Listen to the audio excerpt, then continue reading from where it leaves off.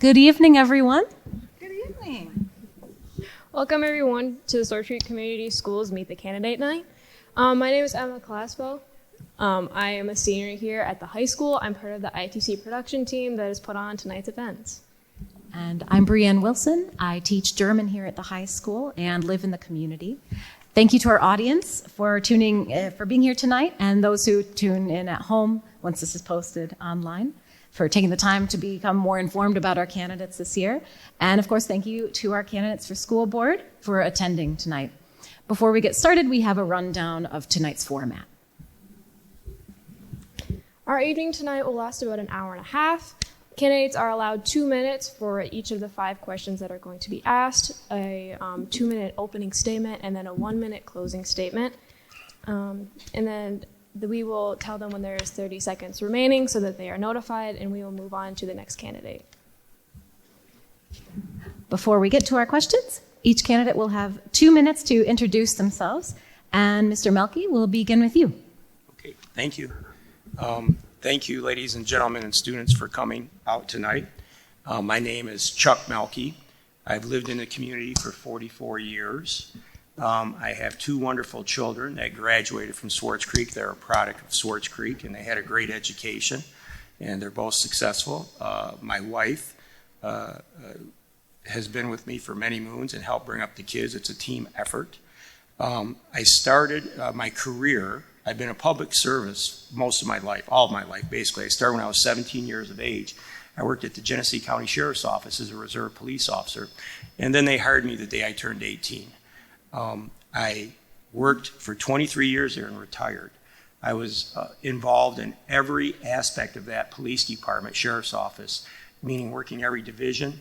I was an administrator, and I was also the union president, and I wore 2 hats there, budgeting for the union and budgeting for the administration side. So I have extensive experience in fiscal responsibility, which I think aids me currently in my job here. After retiring there, after 23 years of great service and a ton of training, I went to the city of Swartz Creek, and I worked there for 3 years. While at the city of Swartz Creek, I was predominantly in charge of their training. I was a senior officer, so Rick Collinger, the old chief, had me train a lot of the young officers, which is very important. So they blossom to be good officers as our students. We like to have them blossom to be good citizens in our society. From there, I was hired as the Clayton Township Police Chief. I worked there for 7 years. I was Gaines Township Supervisor. I was on the City of Swartz Creek Board of Appeals. I was on the Water and Waste Commission and the 911 Consortium. Is my time almost up?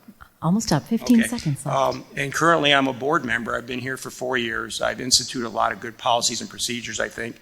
I have a good working relationship with my current board members, and I hope to continue that because there's a lot of projects that I started with other board members that are very productive, and I'd like to continue those. Thank you. Thank you, Mr. Melky. Mrs. Winter. Hello. Thanks, everybody, for coming. My name is Kim Winter. I have lived in Swartz Creek most of my life.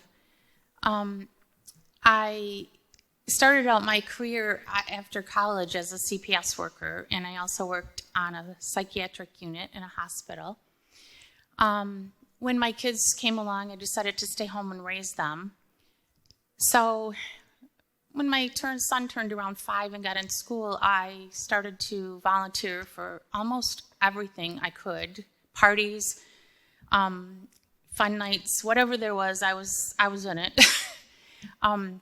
When he got into middle school, I was on the PTO for 3 years. And then I was also one of 2 parent sponsors for the class of 2020, which meant I spent a huge amount of time in the high school for those 4 years.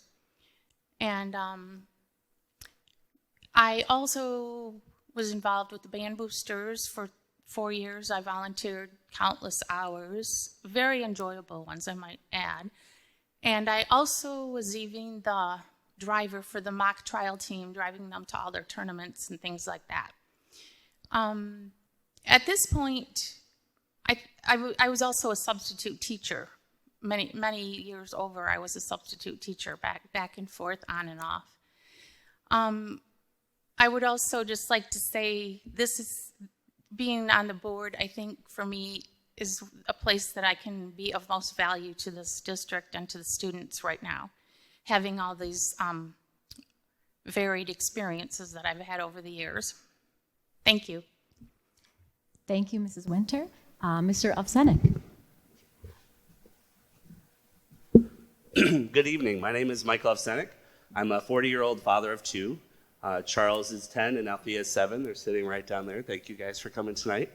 My wife Marie works at Elms Road Elementary in the wellness room. Your children might know her as Mrs. O. I work at a local hospital as a strategic planner. What that means is I do analysis for our hospital, planning out new purchases, projects, and hiring personnel. I focus on data-driven presentations in the things that we do there. In my spare time, I like to coach AYSO soccer, baseball, basketball, and I participate on the AYSO board as the coach administrator. I've participated in the School Bond Oversight Committee since its inception, making sure that everyone in our community knows all the great things that the bond has done. My son Charles has attended Elms Road Elementary from kindergarten. He's in 5th grade now. I've participated in PTA events there in an attempt to help out in the school any way I can. I firmly believe parents being involved on the ground floor is the only way that we really get to know what our students are going through every day, because oftentimes when they come home from school and you say, what happened at school today, you'll just get a grunt or oh, it was all right, So I was inspired to run for school board by the recent millage that was passed. It was the first of its kind in almost 50 years. It reflected a true investment in our students and community. I helped put out yard signs and talk to people in the community. When I started getting into the bond process, I looked at our board, and I really felt that we should have more parents on the board to make decisions that work for working families. My children will be in Swartz Creek for 10 years, so I'll be immersed in it for a long time. I'm proud to say that the Swartz Creek Teachers Union has endorsed my run for school board this year. A vote for me will ensure a vote for someone who will listen to you and take your thoughts into any decision your board makes. Thank you. Thank you, Mr. Ovsenik. Ms. Fick? Well, hello. Good evening, everyone. I'm glad you came out, those of you that are here, and I know there are several people that are going to watch from home, so thank you for that. So I'm born and raised in Swartz Creek, graduate of the class of 1990. I'm actually a 7th generation Swartz Creek. Sorry, my dad says crick. If you have been around for a long time, the old timers call it crick, not creek. So my grandmother's family actually donated the school where Elms Elementary sits now. So we've been around in the community for a long time. I'm pretty proud to say that my grandfather's name is in the high school. He was on the school board when they built the high school, and he had an 8th grade education, but a very smart, common sense man. Actually called out an error that they had with the gym floor just by eyeballing it compared to the engineers. Anyway, so he was on the school board. His name is here, but my grandmother was the first woman on the Swartz Creek School Board. I don't know the year, but someday I'll find that out. So a lot of history, very deeply rooted into Swartz Creek. A little bit of my background, I've always been involved. Ever since I was young, I always wanted to help kids. I actually went to college shortly for juvenile corrections. What I wanted to go into was criminal justice and work with kids. I was very involved in Elms when I was there in the PTO. I was the middle school president of the PTO for a couple of years when we were over there. Currently, I sit on the Swartz Creek Chamber as an ambassador, trying to recruit more businesses and things to be part of the chamber. I've also spent a lot of years and time doing things with Whaley Children's Center and helping out the students there. Real quick, a big piece of my background that some of you might not know is that I was an executive HR manager with Target. So I have a lot of experience with budgets, payroll, benefits, hiring store managers, people that run the building. So I feel like that's my biggest thing that I get to bring to the table is that background and experience. Thank you, Ms. Fick. Mrs. Jarvis? Hello. Thank you for being here and watching. I'm not going to lie, this makes me extremely nervous to sit here, so you'll see me read from my paper a lot, but I did not write up my intro. I have lived in the district for 8 years. My oldest was school of choice before that, since 3rd grade at Elms, and he's since graduated. I have an 8th grader in the middle school currently. I have run Swartz Creek Youth Football for 6 years. I have been on the board of it, though, for 9. I was the vice president of Swartz Creek Youth Baseball for 2 years, and I was Cub Master for a little while as well. I'm deeply entwined with working with the children. My children have not been in youth football in over 6 years, so I'm literally doing it for everybody else's children, and that is where the base of my campaign comes from, is that I am making all of my choices for what our future holds of the children, and that's about all I've got. Thank you. Thank you, Mrs. Jarvis. And Mr. Sharnowski. All right. Hi, everybody. Hey, like some of the other candidates said, thanks for coming out. You know, it's really cool to see people who are engaged and supporting the community, whether you're watching on TV or here. It is appreciated. And that's really what brings me here today. You've heard a couple other candidates that talked about the school bond committee, and that's really what got me interested in running. It is just so neat to see a community get the tools it needs to make itself better and then go do it. And you see the kids come home and they get excited, and that gets you excited, and that wants you to be up here. As far as myself, I've been here in the community for about 16 years. When my oldest was getting ready to go to high school, it was between Grand Blanc, Flushing, and Swartz Creek, all good communities, but this felt like home. And we've been there ever since. And I have 3 girls, and 2 of them already graduated. They're gone and living out in Colorado. I've got 1 left at home who's a senior in high school, and she's going to be graduating, and that's going to give me the time to pay back the community for what you did for us. So appreciate that. Background business-wise, I'm a manager. I run departments for General Motors, big budgets, big numbers, hundreds of people, and I'd like to bring the skills and really help the district as well. So 30 seconds, don't need it, appreciate it. That's all I got. Thanks. Thank you, Mr. Sharnowski. For our first question from the community, we will begin with Mrs. Winter. Mrs. Winter, what are the specific duties of a school board member, and how do you envision your role in terms of collaborating with other groups to address tough problems?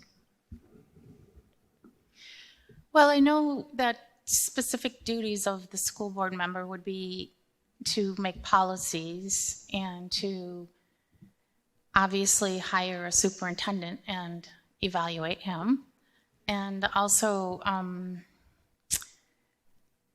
think that budget is a big thing for school board members. You know, making a budget and deciding how to spend it.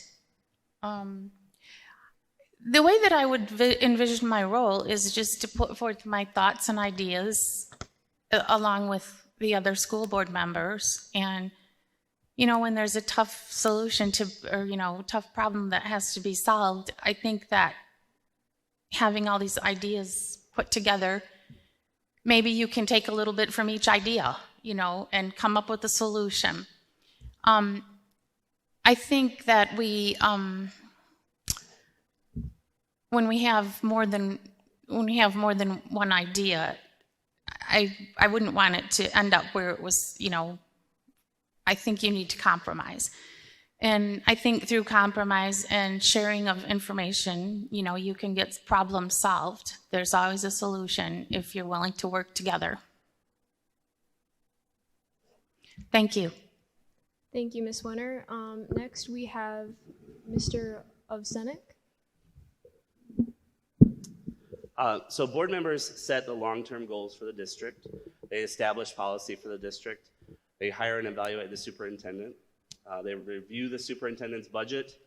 They approve the curriculum and the textbooks that are involved, and they govern salaries and employment terms. They also determine the school facility needs. So when we had our bond passed, that was because the board had determined that that was, I believe, a good way to go. Beyond that, a board member should listen and communicate effectively with their constituents. So when you see people in the community, you should seek out their information and find out what they're looking for. You should also pay attention to your email that you are provided from the school district and get back to people when they have questions for you. They should also be willing to learn about education, champion public education in all spaces that they they find themselves in. In a time when resources are diminishing and it is a lot harder for public education to get what they need to do, When collaborating with other groups, I would see myself as what I do every day in my regular job, an analyst. I find data, make it meaningful so that people can understand it, and use that to make fact-based decisions. I would lead efforts to make that happen at our district. We have a strategic plan that we have been implementing, and I would look to stick to that and use facts to encourage our actions on that. I would also make sure that I'm very open and transparent with our community. We need to over-inform our community so that people don't have things that surprise them. We can do our best to reach everyone. We obviously can't reach everyone, but we can do our best. Hiring a social media director has done wonders for our school district, and Mrs. Corbat does a great job. Thank you. Thank you, Mr. Ovsenek. Mrs. Fick?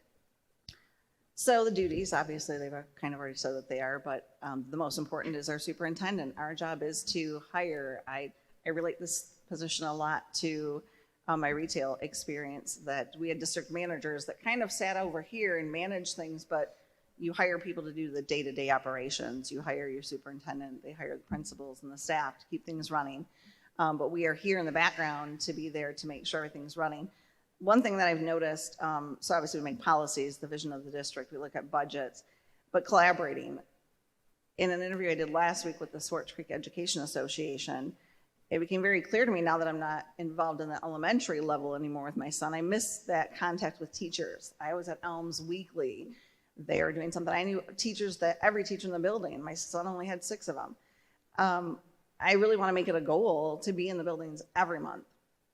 Be in the elementaries, be in the high school classes, be in the middle school, because that piece is missing.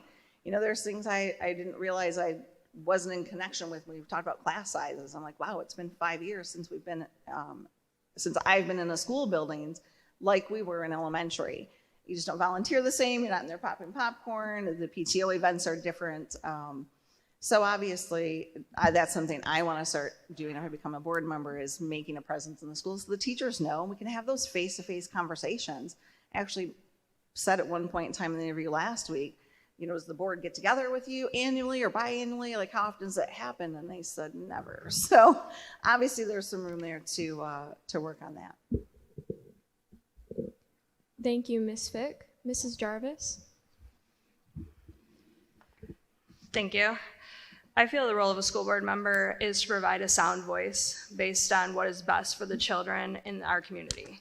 To take the information provided, dig deeper, ask the tough questions, and get to the root of the issues so we as a collective can make the best decisions to help move our district in the right direction. As far as collaboration, it's key when dealing with the board environment. While we should all bring different opinions and viewpoints to the table, and some may not align with my own, it's vital for us to act as respectful to each other, act respectful to one another, and again, put the children of this community first, and to make decisions that will best serve their futures. I have been a part of the board for several years, and have always found that boards that solicit collaboration foster the best results. Thank you. Thank you, Mrs. Jarvis. Mr. Sharnowski? Hey, we're in school, right? So pop quiz. Anyone read the mission statement lately? First line in the mission statement: Swartz Creek's a family committed to excellence. That's what the board needs to do. Set the policies, administer the policies that really get us to the excellence that every parent in the district wants, and really every community member wants. We've got a bond that enables us to get excellent facilities. How do we improve our education? How do we improve our classroom sizes? How do we improve our supplies for our teachers? How do we improve our teaching staff? That's what the board decides. That's what the board works on. That's what the board steers so we can get to that mission statement.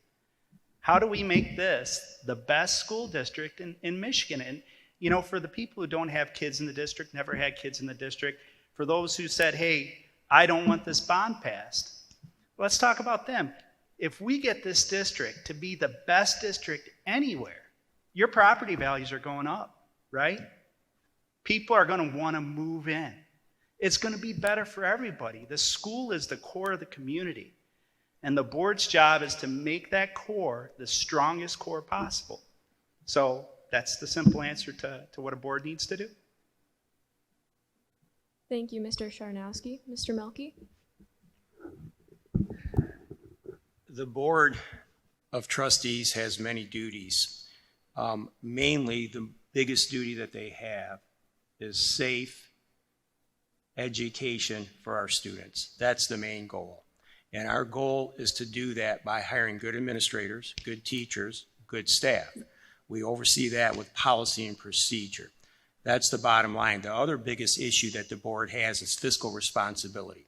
We have to be fiscal responsible to our taxpayers. We have to collaborate with our taxpayers because our taxpayers have a lot of children in the district, but we do have a lot of taxpayers in the district that may not have children in the district, or they're retired, or they just moved in. And with that being said, we have to be very responsible with our long-term goals. People spend other people's money very easily when they're on a board. And we have to spend it, but the main two things are is to keep our children safe, educate them so they're successful in the community, and we have to have community involvement to do that. A lot of times boards lack that, and I see that happening not in this district so much, but other districts, and that's why they fail. While I'm here, I'm going to make sure this is the best district that we can have. I wear the Swartz Creek team shirt now, and wherever I've been, I've always made it successful, and that's what I plan on doing with Swartz Creek. So it's a big collaboration between you, the community, us as a variety of board members. I talk to people out on the street every day owning a small business in here. We get tons of feedback, and I bring that right back to the board almost monthly. As long as we have that open dialogue between the community and the board, we will be successful, we are successful, and we'll be even better than what we are now. Thank you. Thank you, Mr. Melky. For our next question, we will begin with Mr. Ovsenik. In today's climate, student mental health has come under increased focus. What do you see as Swartz Creek Community Schools' next step in making our schools welcoming and safe for all students and staff? Thank you. I believe our next step should be looking at our counselor to student ratio. The School Counselor Association of America recommends a 250 to 1 ratio of students to counselors. The national average is about 415 to 1. So we need more people in our schools willing to help our students. Hiring a district nurse was a great start. I applaud adding in extra time for our hardworking staff and students to take some mental breaks during the year, like we just had last week or the week before. We need to look at the role that social media plays in the lives of our students. I don't have an immediate answer. I think it's a really big issue. So on day one, there wouldn't be something that we could immediately do, but we can't keep talking about mental health, bullying, and other issues and not address the role that social media takes in that. We need to realize that we can't do this alone. Perhaps we need to get help from outside organizations that can guide us, such as the county health department or a local mental health agency. Even if it is just education that they can provide in the classroom or guidance that they can provide to our staff, that would work wonders.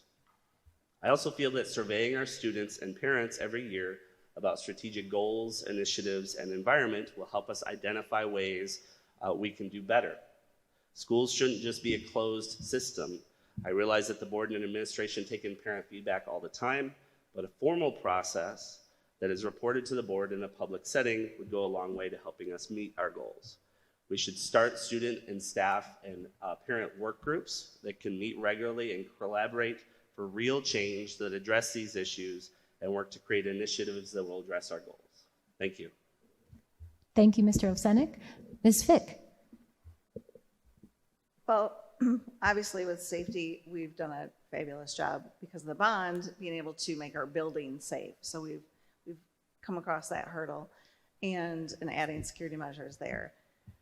The first thing that came to mind when I read this question was being able to equip our educators to help them be able to identify the mental health issues.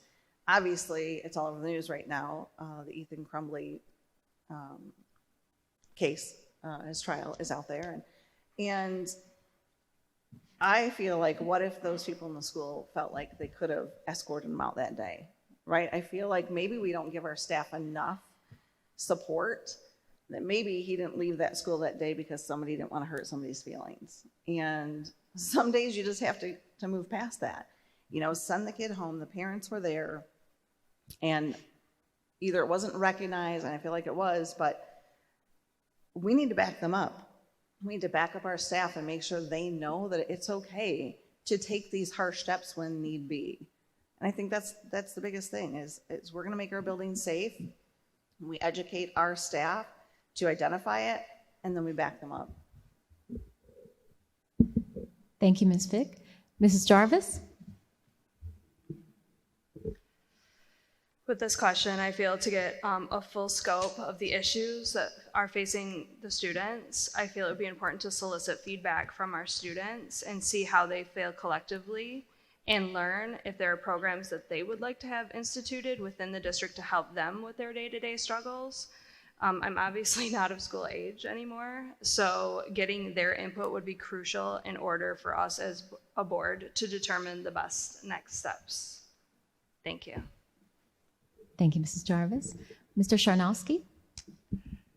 You know, I think Michael and Andrea really hit on some of the key points. We need good ratios. We need good training. We need engagement. We really need engagement by the teachers. We need engagement by the parents.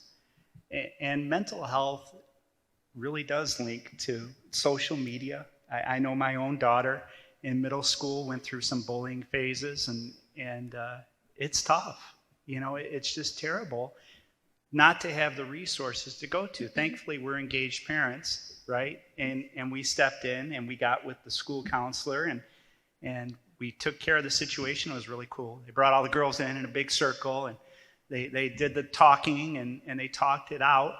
And, you know, everybody's friends and they actually get along great today. But we need engagement so people recognize when that struggle comes. And we need the resources when that struggle comes to fix it, right? So it's a combo platter. How do we do a better job of never seeing another Ethan Crumbly, right? How do we spot that kid who's sitting in the back corner of the room just hating every single kid in that classroom for whatever reason? Mom and dad are going through a divorce. He's mad at the world. Somebody makes fun of his shoes. Now he's mad at that kid.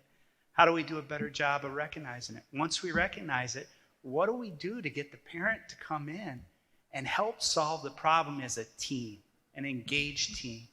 So if we get better recognition, better teamwork, and like Michael and Andrea said, we need the resources as well. So that's what we need to do.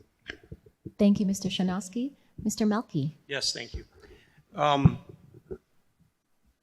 Teenagers, adolescents, early teens, the suicide rate has went up 40% since 2010, and most people don't know that.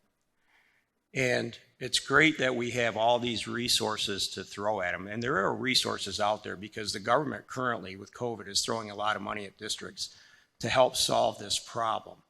The problem is the problem's already there, and you want to intercept the problem before it occurs. And to do that, you got to have direct and indirect identification. And by doing that, we have to, it goes back to basic education with children. Children can verbalize much easier by writing and reading, which goes to good reading and writing skills. And they can verbalize that because they don't want to be considered an outcast when they have some type of mental issue. And you have to integrate it at the baseline of inside the classroom, where they can be identified. They can learn things in science about their brains and the way they can read and the way they can write, and that comes back to good basic education. Because when you take a kid out for mental illness or anxiety or depression, you're taking him away from his core studies, he or she. You are then putting him locked in with a counselor, which is great, that can help a lot of problems, but it might already be too late. So we have to find a way to integrate it into the classroom, catch it early. A lot of these kids are growing. They're afraid of other kids in school by bullying. They're afraid of going in a different grade. They're afraid of going in a different school. So with this being said, we have to integrate the identification of it very early, and then we can invest into it and not take away from other course curriculums and where that kid may be labeled as something that they're really not. They're just having anxiety and depression. We all have it as adults. They have it. The problem with children is they have a harder time verbalizing That's it. time, And I think Mr. we need to Melfi. integrate that. Thank you. Thank I have you. a lot I can talk about this. That's fine. And last, Mrs. Ideas. Winter. I don't know how many of you maybe looked at my Facebook page, but social media was one of the things I listed as something that needs a great deal of attention. We definitely need some stricter disciplines for kids that go on there and use it for bullying and just inappropriate stuff. My own 14-year-old has been a victim of some of this stuff, and it's not pleasant. That being said, I worked on a psychiatric unit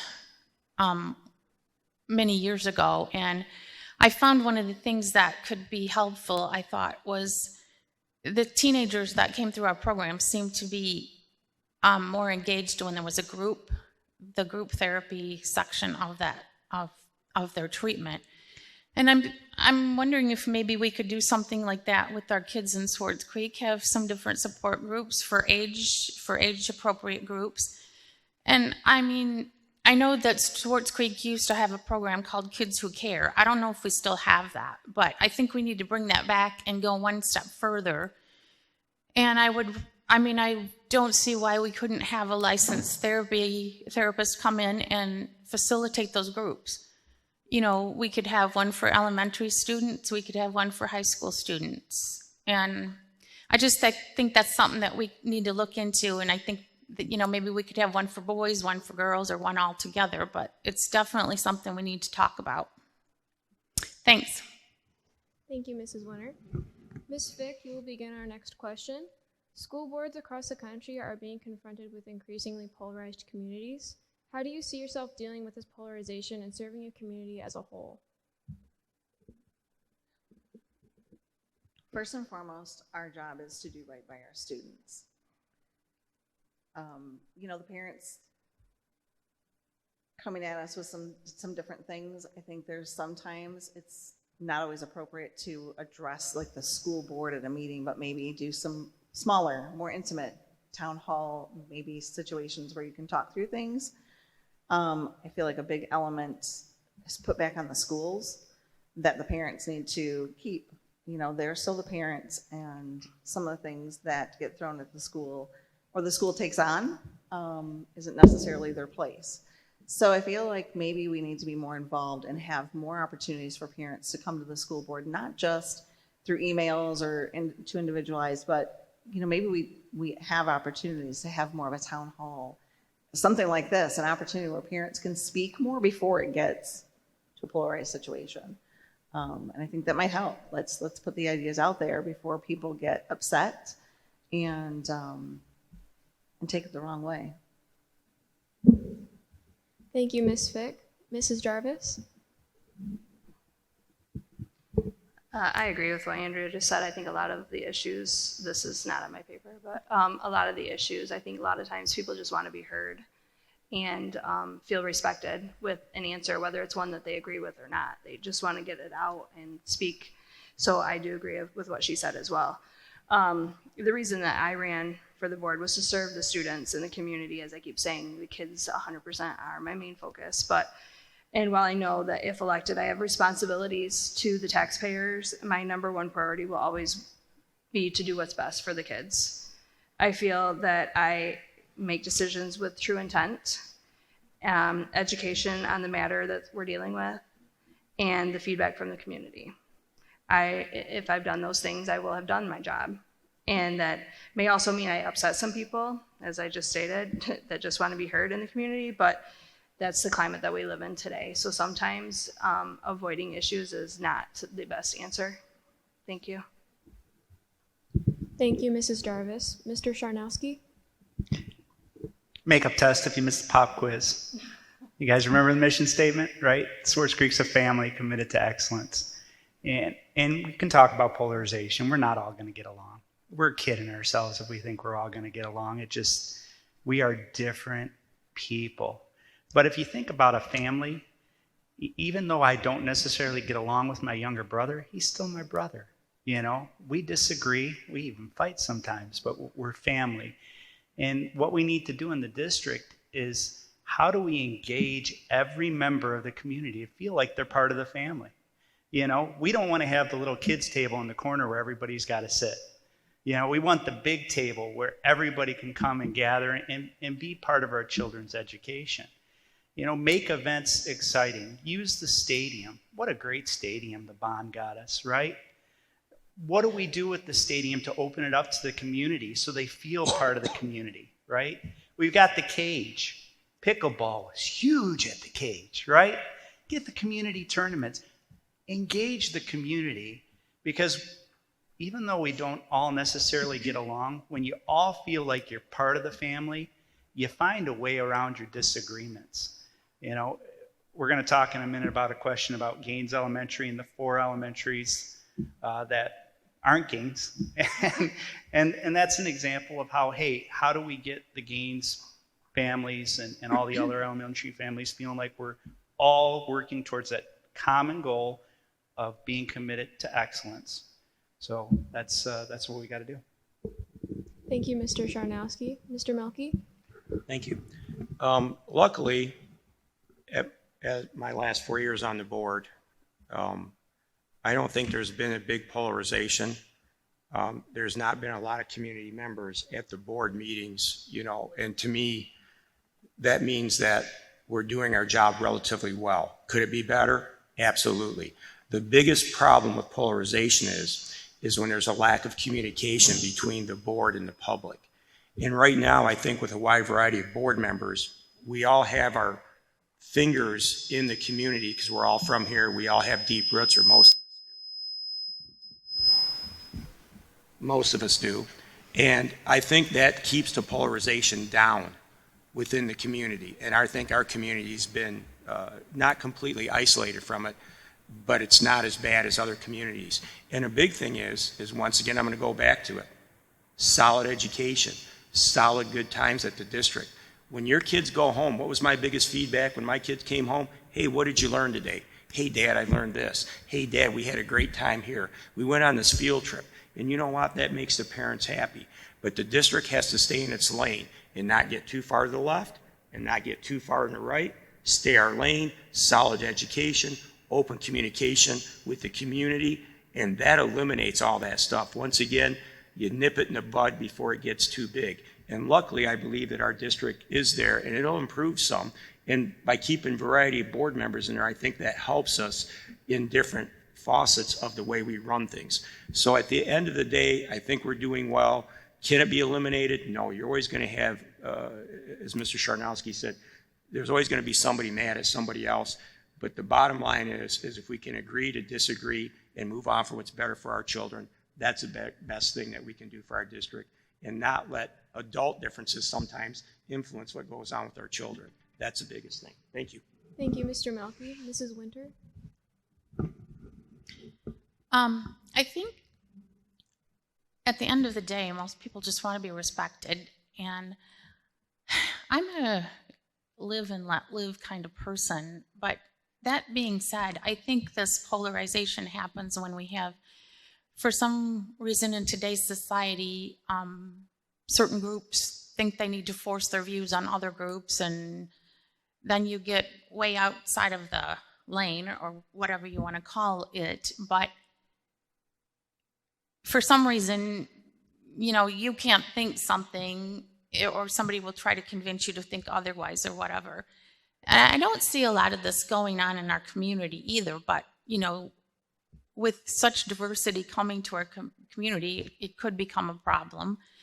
I think the board, as Chuck said, needs to stay its course and do the best they can for the students. If I were on the board, or even if I am not on the board, I mean, if I were to see somebody coming into the district or trying to be influenced to teach our kids something maybe that our parents don't really want them to be learning in school, I would have to speak up about that. And I think, I mean, we've all probably heard the news, you know, school districts are trying to be pressured to teach things that we probably don't really need to be learning in school.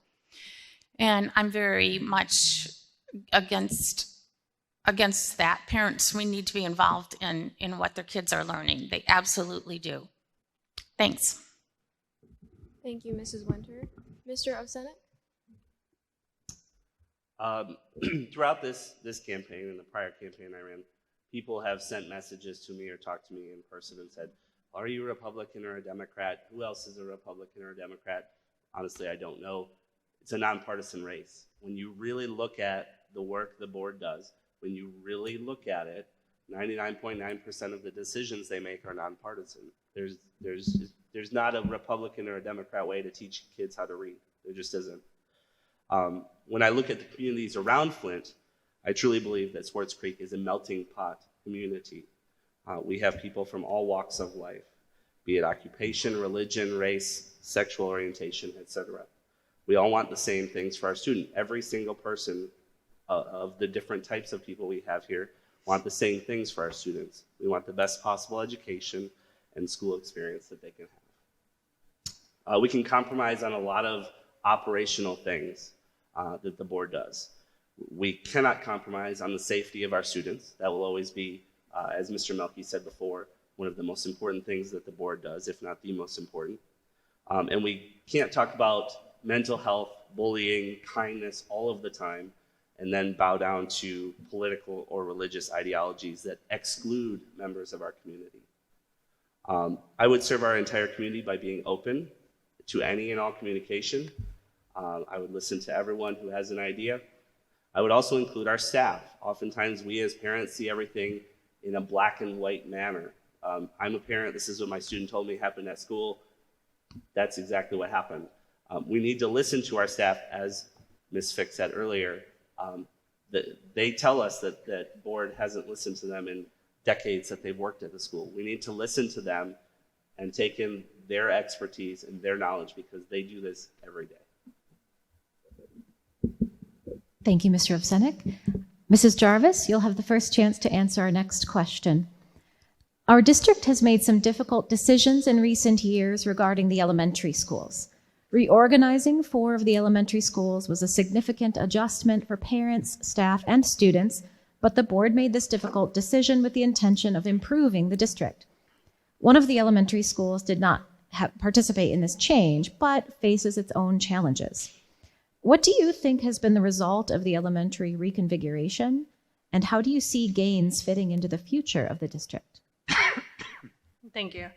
Well, this is my only one that's not on my paper. So, honestly, I think that it was a hard decision for the board originally. I think it was a hard transition for parents and teachers and even kids in that aspect. But in the long run, I think that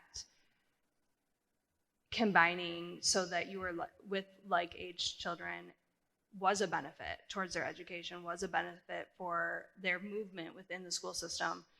It's going to help them transition to know everybody when they get into middle school and so forth. I do think that leaving Gaines as a single elementary with every age group will make it a little bit more difficult. But at the same time, as David said several times, we are a family. So a lot of those kids, it doesn't really matter what school you go to. They already know who you are, whether it's from sports or extracurriculars or just in the community. I don't know that it will be any more difficult. I don't feel it would be any more difficult than a brand new student coming into the school. I think most of them are welcomed with open arms and will fit into their groups in a matter of no time. So in the long run, I do think that the separation and the decisions that were made were a benefit. It was a benefit towards learning and towards the future of the education. Thank you. Thank you, Mrs. Jarvis. Mr. Shanowski. I don't know if it'll be the last time. I'm going to say it one more time. Family committed to excellence, right? If you get nothing else out of me sitting up here, you'll remember that. You remember that guy on the end who was saying that so much. Tough decisions, right? The board's going to make them. Any business is going to make them. Any individual is going to make tough decisions. When do you sell your house? Where are you moving? What kind of car are you going to buy? What's your goal when you make those decisions? It's the best future you can possibly get, right? You might pick up your family and move across country to take a job.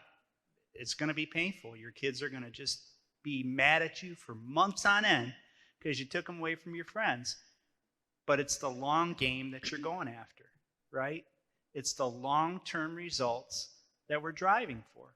So when the board made the decision to combine the schools and leave Gaines on separate, it's a tough decision. But does it drive us to where we want to go?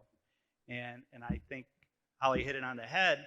You know, it is so cool when you get all those kids knowing each other and all going together. I was at the homecoming game just a few weeks ago, and they had a Palms reunion. My oldest was a Palms girl, right? She couldn't make it. She's in Colorado. But those kids all knew each other. They hadn't seen each other in years, and they still came together as a family. When you've got a family and a team, they're going to learn better. They're going to help each other. You know, through this COVID, these kids really have worked together as a team to teach themselves a lot. And it's amazing what they can do when you've got that sense of family. So I agree with the consolidation, even though it was a really tough decision. I do think it takes us to the best outcome in the end. Thank you. Thank you, Mr. Shanowski. Mr. Melke. Yes, thank you. Very differing opinions on that. But the board came to a decision. Some of us voted no, some of us voted yes. The majority rule. And I am a traditionalist where I opposed it. But I can admit when I'm wrong, and that's a good thing. A public servant needs to say when he's wrong. And I'm not going to say I'm wrong yet, but so far it's working. I mean, you know, I haven't had any, you got to go by feedback from your teachers. You got to go feedback from your superintendent. You got to go feedback from your principals. And I'm one of the board members that tour all the elementary schools. I tour them on a regular basis, which some people, I surprise them, but it seems to be going well. So with that being said, I think it's working well for our district. I think it's working well for the children. I think it's working well overall for everyone. As far as Gaines goes, the second part of your question was Gaines. Gaines is unique because it's kind of quite a ways away physically. And putting kids on a bus for a long distance, I don't think is fair to the children. Could we change that? It's possible we could. But in it itself right now, I think everything's working fine. If things were working great, why go in there and upset them? Could we change back? Yes, we could if need be. But at this point, from what I'm getting back feedback from our staff, from our principals, from our superintendent, I don't see it happening. I know it made a lot of people unhappy. It made me unhappy as a traditionalist, wanting my son and his brother walking together, and my nieces and nephews that still go to the district, and a lot of friends and other relatives I have. So with that being said, I don't think it's that bad. I think it's working great. I would love to combine the schools where we had super schools so the kindergartens and fifth graders could ride together and then to split up into the schools. But I don't think we have that option right now. But I'm for it. It's working good. Thank you. Thank you. Mrs. Winter. Yeah, I have some comments on this. The year that this happened, my daughter went into 6th grade, so we were not part of that reconfiguration. I do know there was talk about it, though. People were for it, people were against it. I actually have spoken to some of the teachers who work with the littles, with the younger ones. These teachers say there's 400 littles in these classes, these buildings, and there's not nearly enough manpower to deal with all these little kids. They're the little ones. Kindergarten teachers absolutely need a full-time aide in there with them. The early 5s teachers just got them. And I think there's a lot of teachers that think there's not enough people, adults, in this building to deal with this many kids, especially the little ones. If we place aides in there now with kindergarten teachers and early 5s, we get a solid foundation. Maybe we don't have so many behavior problems in middle school because the kids are going to know by then it's not going to be tolerated. I've been in the middle school office and seen kids come in there dropping the F-bomb, to the secretary. That's just unacceptable. So I think if we have we build them a strong foundation when they're young, give them those aides and those teachers, we can we will have a strong house. If we give them a weak foundation, they're going to have a weak house. So I'm just advocating for the teachers here. I think that, we need to give them some help. Also, I kind of feel like Gaines right now, I think we should, if it's not broke right now, let's not fix it. I think we should I would hate to see it close unless it becomes a huge drain on the Swartz Creek's budget. But as of now, I'm for leaving Gaines open. Thank you, Mrs. Winter. Mr. Ovsenik. So I can talk with experience on the elementary reconfiguration. The year it happened, my daughter went into kindergarten. She had been anticipating going to the same school as her brother, the same school that her mother works at, and it was last minute, switched over. Now you're going to a different school away from your family. It was done to save money in case of huge losses from COVID-19. It isn't clear to me now if any money was saved. Parents at the 4 elementary schools were really the only people asked to make sacrifices for that. I would expect that the board is going to revisit and evaluate thoroughly the decision shortly with community input, staff input, without the loss of money hanging over their heads. We were told the class sizes would be more balanced. In my experience, that hasn't been the case. Moorish right now, this year, has considerably more students than Elms, a lot more students than Elms. So there's a bubble of those students, and when they go to Elms, we're going to have to transition over more teachers back to Elms to take care of those students. We have a lot, now parents have a lot more driving to do, or their kids spend a lot more time on the bus because they have to go to 2 different schools. If we're going to continue this experiment, we have a lot of work to do. Parking lots at Moorish and Elms are finally finished, should have been done beforehand. A strong strategic plan would have led us to that consideration. We need to standardize the experience between all 4 elementary schools. Right now we have decisions that are made at 1 or 2 schools. I'm sorry, I'm talking about the 4 that are configured in the manner. We need to standardize those experiences at those schools, like the libraries that we currently see. I'm in favor of keeping Gaines open. It is a community asset to that community.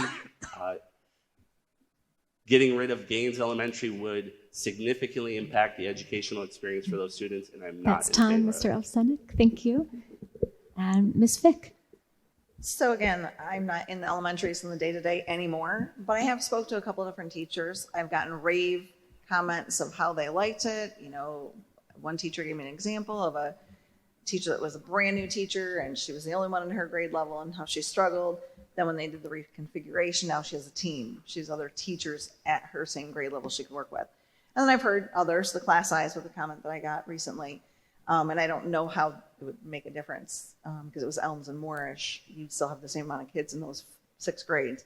But I personally, when my son was also going into 6th grade, when this was happening, and I thought, how amazing. Because as a 6th grader coming in from Elms, which had the biggest 5th grade class out of all of the other buildings, he still got to middle school and didn't know kids. And I will tell you, when I got to middle school and started working with the PTO, parents stopped showing up. You know what? Because we're just like our kids. When we don't know all the parents like we did in our building, we stop showing up because I don't know everybody. So I'm not going to come because I'm going to feel awkward. So I thought, wow, this is going to be great. Our kids are going to know more kids. And I was that kid. Even though I lived in Swartz Creek, I went to private school and came back in 9th grade. I knew 5 kids in the whole middle school when I came back. So I know what it's like to come into a building in the middle school and not know enough faces. So I thought, how amazing. These kids are going to know so many other kids. The parents are going to know more kids. It's going to be more involved. So I kind of liked the idea. And I thought, material-wise, now we're building all these sim labs. Now we're going to have more materials for these 3 grades in that one building. So I kind of thought that would be great. But again, I'm not in elementary, so I don't know how well it's working. That's just my opinion. Second part of that question was, how do I see Gaines fitting into the district? It's there. Not sure why it's ever been on the cutting block. It's not a financial loss to our district. It would devastate the community if Gaines was closed, and I'm not for devastating any community. So. Thank you, Ms. Fick. Mr. Sharnowski, will begin with you for our last question. Swartz Creek Community Schools is a large employer of our community, and last year's district budget was over $50 million. While developing our district budget, what goals and objectives would you give our decision making? 50 million bucks, that's a lot, isn't it? Man, that's only, it's like Mega Millions Powerball level. You know, give me a ticket. It's not our money that we're spending, it's your money that we're spending, right? If I was elected to the board, we have a fiduciary responsibility to make sure we spend it to give the greatest educational benefit towards our kids. You know, I think we did a lot of good stuff with the bond, getting every kid a computer that needed one. We did upgrades to facilities so they have a comfortable learning environment. You know, I don't know if you sat in a classroom lately, but if you sat in one that's 85 degrees, it's not a really good environment that's conducive to learning. So I think we fixed some of the problems. What's next, right? I think we need to look at how do we get the right teacher ratio, make sure that every kid's addressed. How do we get the counselors to make sure that the emotional problems are addressed? And how do we do that within our budget? It's our job to take what's in the wallet and use it wisely and not waste it on frivolous things. And that's our job. Thank you, Mr. Sharnowski. Mr. Melky? Yes, that's true. The budget was approximately $50 million. 42 to 43 million of it's dedicated. Some comes in from federal grants with different grant monies. But we're dictated as a board. You know, we get so many dollars per child. We then take that money and we turn it into our wages for our staff. We turn it into wages for our support staff, busing, gasoline, utilities. All that money is pretty much accounted for. And we, as long as I've been there, has had a balanced budget. And since I've been there, along with my fellow board members, have worked diligently to increase that. We went from a 4 to 5% fund balance up to 16% almost. So I'm looking forward to save money for capital improvements so we don't have to pass a bond in the future. I'm looking for fiscal responsibility for rainy day funds to figure out, instead of, you know, saying, hey, we need this money to fix these buildings. All of this bond project's great, and it fixed all these buildings. These buildings are still 60, 70 years old, some of them. We put in flat roofs, we put in parking lots that are all going to deteriorate in Michigan weather. So I'm looking at ways to take this money that we can start saving. And just like you do with your checkbook and I do with my checkbook, what can I afford? What can I not afford? What's a need? What's a want? And you have to have board members that think strategically ahead.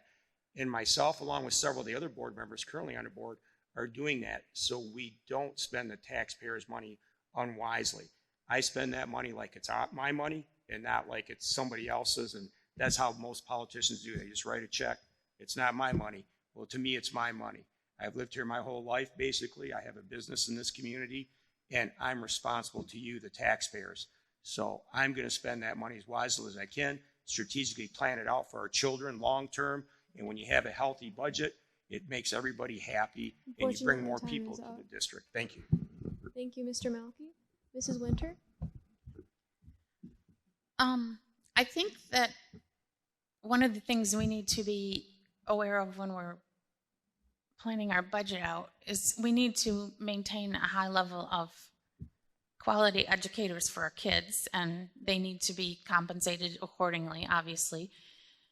I think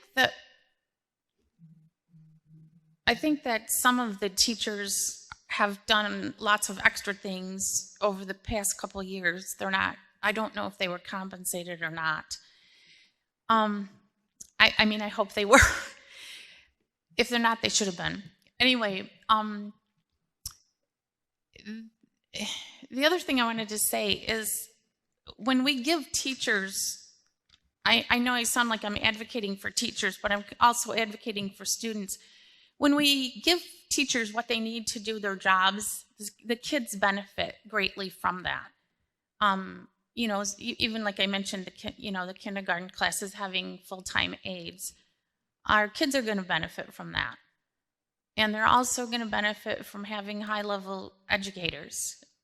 So I think that we need to be very aware of what we're providing our teachers and in turn providing our students. So I think giving them what they need to do their jobs is a good idea, and it's just going to benefit our students in the long run. Thank you, Mrs. Winter. Mr. Ovsenek? So the most important goal for our district and any district right now is staff retention and satisfaction. Schools are having a tough time all over Michigan and in the country keeping staff. We know the budget for most organizations is something like 90% staff salary.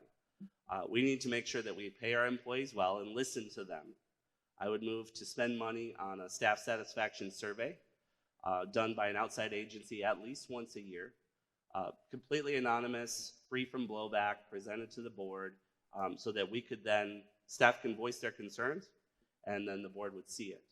Major concerns could then make their way to the strategic plan. Because as Ms. Winter has said, you know, the board doesn't just serve students, we also have staff that we have to take care of. So this would be extremely important. And we serve our students by having great staff. We have great staff by listening to them. I would also look at adding more aides to our schools, balancing them accordingly. My impression is that when the school reconfiguration happened, the staffing levels stayed the same. And so even though we have a lot more young children at Moorish and the other lower elementary, we still have the same staffing level. So we need to figure that out. We need to create a gifted and talented program in our elementary schools. The reason we do that is to keep all of our students engaged and everyone has a great experience. My impression so far is that we don't have anything like that, so that would be great if we could budget something like that into our elementary school program. I would also love to see us start a specific career field program, healthcare, HVAC, anything that we can identify that we can do to bring students here and give our students a leg up on every other school district in Michigan. Thank you. Thank you, Mr. Ovsenek. Ms. Fick? So what would guide me in my decision making with the budget is first and foremost keeping our numbers in the black, right? We can't spend money we don't have. Staffing is huge. Like I said, I was an HR manager for several years. I actually staffed a super difficult store. If you want to hear staffing nightmares someday, ask me how I staffed a store in Brighton out of Flint. But I believe in making competitive wages for our teachers, obviously, but I'm also a believer in longevity. If you stay, you do extra things, you get paid for that. If we bring in somebody from another school and they've got, I know that's a big one. I just did a podcast where someone interviewed me about my job and about running for the school board, and they were mentioning a story where a friend wanted to move closer to home, but he couldn't afford it. He couldn't afford to make that move because moving to this other district, he would lose a lot of money. So even though he was going to save the drive. So it was just an interesting point listening to these guys talk about, you know, maybe there could be a way within Michigan or within districts to compensate, bringing good teachers. How do we get the good teachers with experience and longevity from other districts? We're going to have to compensate them to do that. But of course, like Chuck mentioned earlier, we have to keep our buildings. Like, we got a bond, that was great. We hadn't done improvements in this building in my entire lifetime when we passed that bond. We have to have money to be able to do that. And then we also have to set aside money for the technology. You know, we got all kids' computers, as Dave said earlier, with the bond. That was awesome. We all know at this rate of the speed of technology, they're pretty much probably all outdated by now, right? That was a couple years ago. So, you know, keeping up with things just because we did them last year, 3 years from now, those things aren't going to be the same. We have to keep up and keep the roofs, keep the sidewalks and pavements the way they need to be. So, a lot to budget. Thank you, Ms. Fick. Mrs. Jarvis? Answering last on this question pretty much feels like a broken record, but I agree with everything that everybody has already said. To me, my main focus would be staff turnover and retention, which has definitely already been said. Technology advancements for the schools, which is, I'm not saying that we don't have it now, but just like what Andrea said, it's constantly going to change. There's constantly going to be new things that are needed or updates or whatever. And back to the mental health, safety of the students, like potential security guards, retired police officers, just whatever safety measures are needed. Those are the things that I would focus on. But I agree with maintaining buildings. I mean, all of the things have to work together, and main focus of staying in the black, obviously. So unfortunately, like I said, it sounds like a broken record, but all of these things, you know, everybody wants improvement for everything. You just have to have the money to be able to do it. And make sure whatever was top priority, you know, like Chuck said, you know, it's like managing your own checkbook, your wants versus your needs. Like, you have to take care of what's required first. So, thank you. Thank you, candidates, for your thoughtful answers to these questions, which were submitted by our members of our community. At this time, you'll each have 1 minute to make a closing statement. Mr. Melky, we'll begin with you. Okay. I want to thank everybody for coming. I was also endorsed by the staff of the school district. Regardless of what happens, I consider myself a public servant, not a politician. I work at the pleasure of the people. And your input is what guides myself. So when people have concerns, I address them at the board, and I think that's the biggest thing that you can have. If you have a concern, we have to have an open door. The bigger part of this is two things: education and safety. I'm going to go back to that. Other people went to other things. My biggest thing is you have to be a community that educates your children so they end up being good citizens of our community, and they help us. And there's all so many components: the budget, mental health, retaining great staff. These are all parts of this that when you consider voting for somebody, whether you like them or not, you have to vote for who you think is going to do the best job and be conscientious to you and the taxpayers and the students. Thank you. Thank you, Mr. Melky. Mrs. Winter. Well, I'm, like I said earlier, I'm a mom, I'm a parent, and whether I'm on the board or not, I plan to pursue some of the things that I mentioned earlier. I really, really think that we need to get this social media problem under control, and we need to have some stricter policies for that. That being said, I think that Swartz Creek has some great teachers, and my kids have had some great experiences here. And my son is a 2020 graduate, and I do have a 14-year-old who will be in the district for another 4 years. So whatever decisions I make are going to be vested because I have a student here. And I think that's going to help me to kind of get a flavor. Having a student in the district is going to help me kind of get a flavor of what the students are thinking. Maybe not all of them, but, you know, a little bit. So I'll be keeping current on what's happening. Thank you, Mrs. Winter. Mr. Ovsenik. Congratulations to all the people on this stage. Putting yourself out in a local public race like this is really weird, and it's a lot of stress and anxiety that probably none of us need. Congratulations to everyone here. Thank you to the ITC Club for putting on this forum tonight. Our schools are the most important investment in our community. It's how we bring our students up out of poverty and put great Americans into the working world. As a parent of 2 children who will be in school for the next 10 years, every decision we make will be one that I am personally invested in. The Teachers Union of Swartz Creek chose me as one of 3 candidates that they endorsed for school board. I believe that speaks volumes to my experience and expertise. Check out vote411.org for more information about all of the candidates, the Swartz Creek View. There's a number of other places that you can look. I appreciate your vote for school board on November 8th. Thank you. Thank you, Mr. Ovsenik. Ms. Fick. Right back at you, Mike. Mike and I live in the same neighborhood, so we have signs in our own neighborhoods, but all over the place. So it is a little stressful, let me tell you. So I'm going to tell you a quick little story. As a real estate agent, 8 years ago, nobody wanted to move to Swartz Creek. Kind of broke my heart a little bit. People wanted to go to Flushing, Linden, anywhere but Swartz Creek is literally what they would say to me. And I was a little hurt. Like, why don't you want to come to my community? Well, you know why? Because our buildings weren't updated. We were talking about closing games. It was always an uproar. There just wasn't a lot going on. But then I had the chance to chair the 2018 bond committee. And so, and Mike and David talked about that, and had the opportunity to be part of that change. And the city's made a lot of changes, and people want to move here again. So I don't have a personal agenda to run, but I definitely feel the need to stay connected and keep things moving in the right direction. I don't want to be one of those parents sitting on the sidelines. I want to be involved. Thank you, Ms. Fick. Mrs. Jarvis. Thank you. Again, lots of piggybacking off of everybody. Honestly, I'm honored to sit up here.